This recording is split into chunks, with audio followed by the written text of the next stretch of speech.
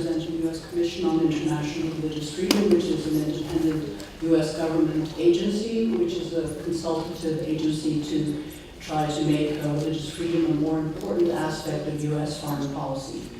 I'm quoting mainly from our annual report, which we just issued this month. So our key findings on Uzbekistan that particularly severe violations of freedom of religion or belief continue in Uzbekistan due to its highly restrictive religion law and severe limits on independent religious activity. The government has jailed as many as 12,000 Muslims who do not conform to officially prescribed practices or whom the government considers to be extremist.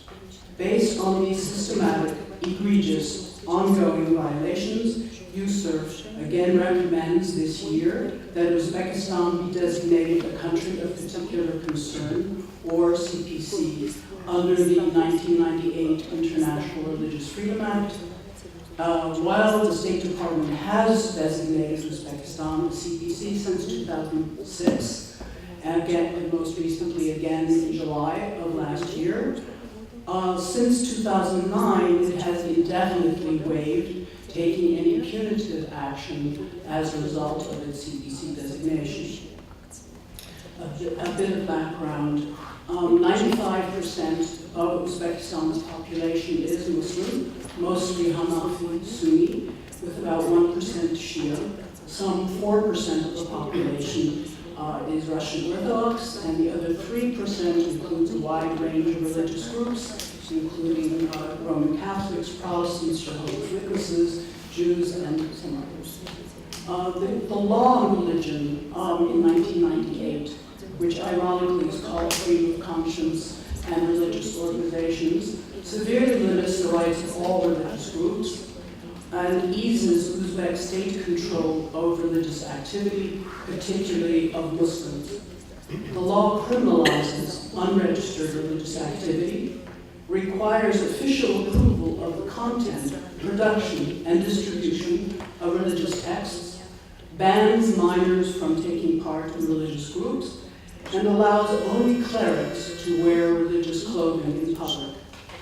Many religious groups cannot meet complex registration requirements, and last year, as if that were not enough, last year a censorship decree was passed which bans texts that distort beliefs or encourage people to convert. The Uzbek government represses individuals, groups, and mosques that do not conform to official religious practices or for alleged association with extremist political programs. It must be said that Uzbekistan does face security threats from groups using violence in the name of religion, but vague anti-extremism laws are used against those who pose no credible security threats, as we've just heard. The harsh Uzbek government against independent Muslims continues, and particularly targeted are those linked to the 2005 Andijan protests. Of this group, 231 are still imprisoned, and among those linked or allegedly linked to the Andijan protests, 10 prisoners have died in prison. The Uzbek government also continues to pressure countries to return Uzbeks who have fled after Andijan. I'd like to quote briefly from our press release that we issued on the day of the 10th anniversary of the Andijan tragedy. On May 13, 2005, as many as 1,000 people were killed when Uzbek soldiers fired indiscriminately and without warning into a group of demonstrators in the city of Andijan during a largely peaceful protest in support of 23 local businessmen on trial for their alleged ties to Islamic extremism. USCIRF chair Dr. Lantos said, quote, "The Andijan tragedy is a black mark which will remain until the Uzbek government allows a credible investigation of this tragic event and undertakes the necessary reforms to respect religious freedom and human rights." She also said that while Uzbekistan faces legitimate security concerns, these concerns cannot be used as excuses to violate religious freedom and human rights of its citizens. I'd like to turn now briefly to more specifics on how the extremism laws are used. The Uzbek state continues its decades-long policy of arresting and imprisoning, some for 20-year terms, those who reject state control of religion or for their suspected political or other affiliations. Many of these people are denied due process and tortured. Again, as we just heard, a tragic instance.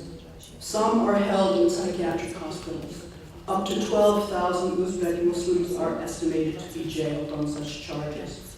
Often without evidence of using or advocating violence, the Uzbek state claims that many detainees belong to Wahhabi or jihadist groups, yet these terms are commonly used by the government to include political opponents, violent extremists, those who have foreign education, or simply those independent Muslims who want to practice their religion peacefully, but not in the way that the government approves of.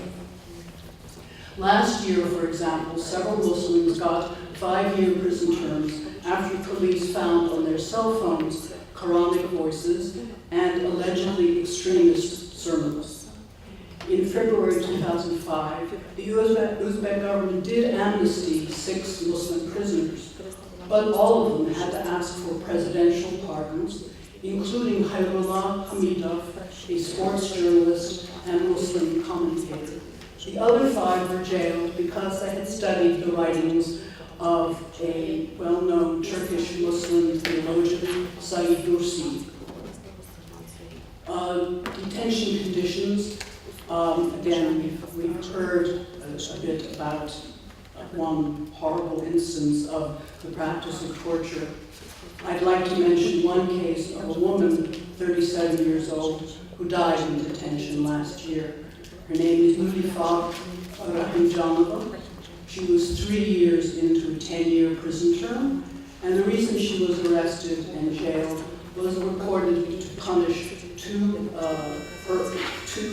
Muslim theologians, one her husband, based in Iran, and the other her father, based in Tajikistan. Particular restrictions on Muslims. The Uzbek government tightly controls Islamic institutions, prohibits their independent practice, and has confiscated many mosques. The official Muslim spiritual board oversees the naming and training of imams and censors the content of sermons and Islamic materials. Nevertheless, attendance at registered mosques is high. However, non-Muslims are also charged. The government often brands evangelical Protestants and Jehovah's Witnesses as extremists, and they face fines, detention, and arrests.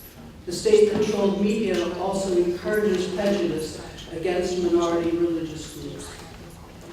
As far as restrictions on religious materials, the Council on Religious Affairs, which is the government body that oversees relations and implements government policy vis-a-vis religion, has an important function of censoring religious materials. Some believers have said that they destroy their own sacred texts because they do not want the police to confiscate them.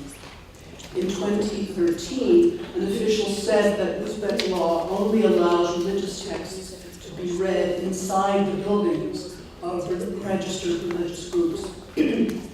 Last year, a Baptist was detained because he put up posters with Bible verses.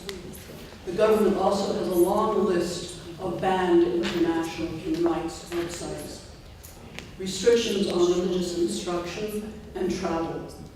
Religious instruction is limited legally to officially sanctioned religious schools and state-approved instructors.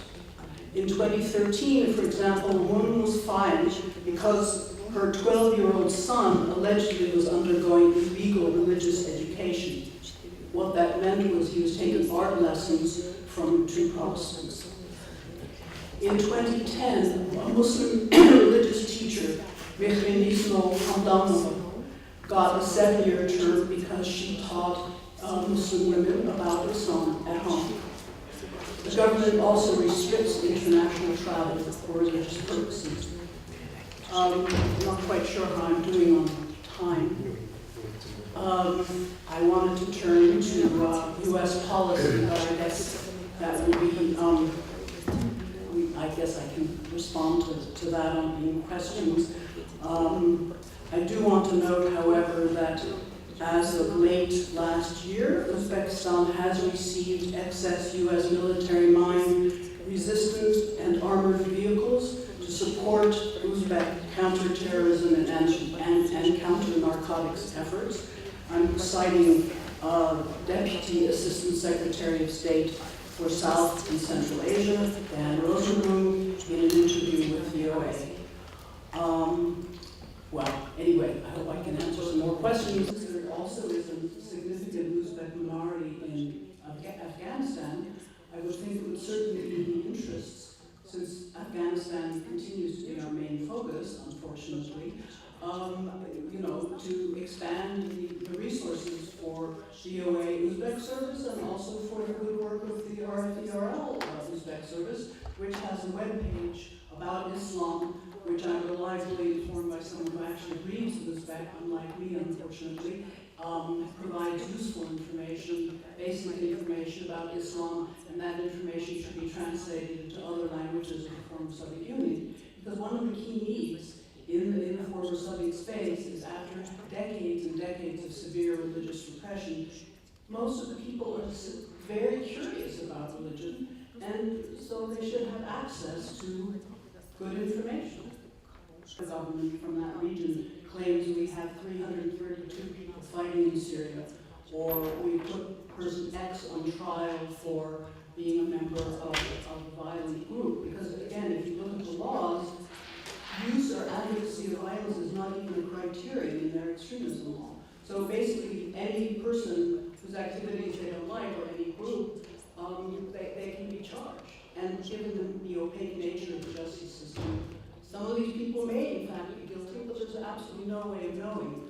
And I would err on the side, admittedly, I'm not a specialist on this issue, but maybe others can speak to it better. But I would say that it's also a perfect excuse for these governments to further crack down. Again, that's why I said there's such a desperate need for more real information about various religious traditions, various political traditions, and of course for community-based groups and NGOs. And yes, I agree, Dostum played a distinctly mixed role in the group that he was in charge of in northern Afghanistan. And I should also mention that there are large Turkmen and Tajik minorities in Afghanistan, which also, unfortunately, I think even in the earlier days after the Soviet collapse, there were great hopes on the young generation. But any members of the young generation either leave the country, if they can, or become nationalists in a very all too often in a very unfortunate way, and human rights voices are suppressed.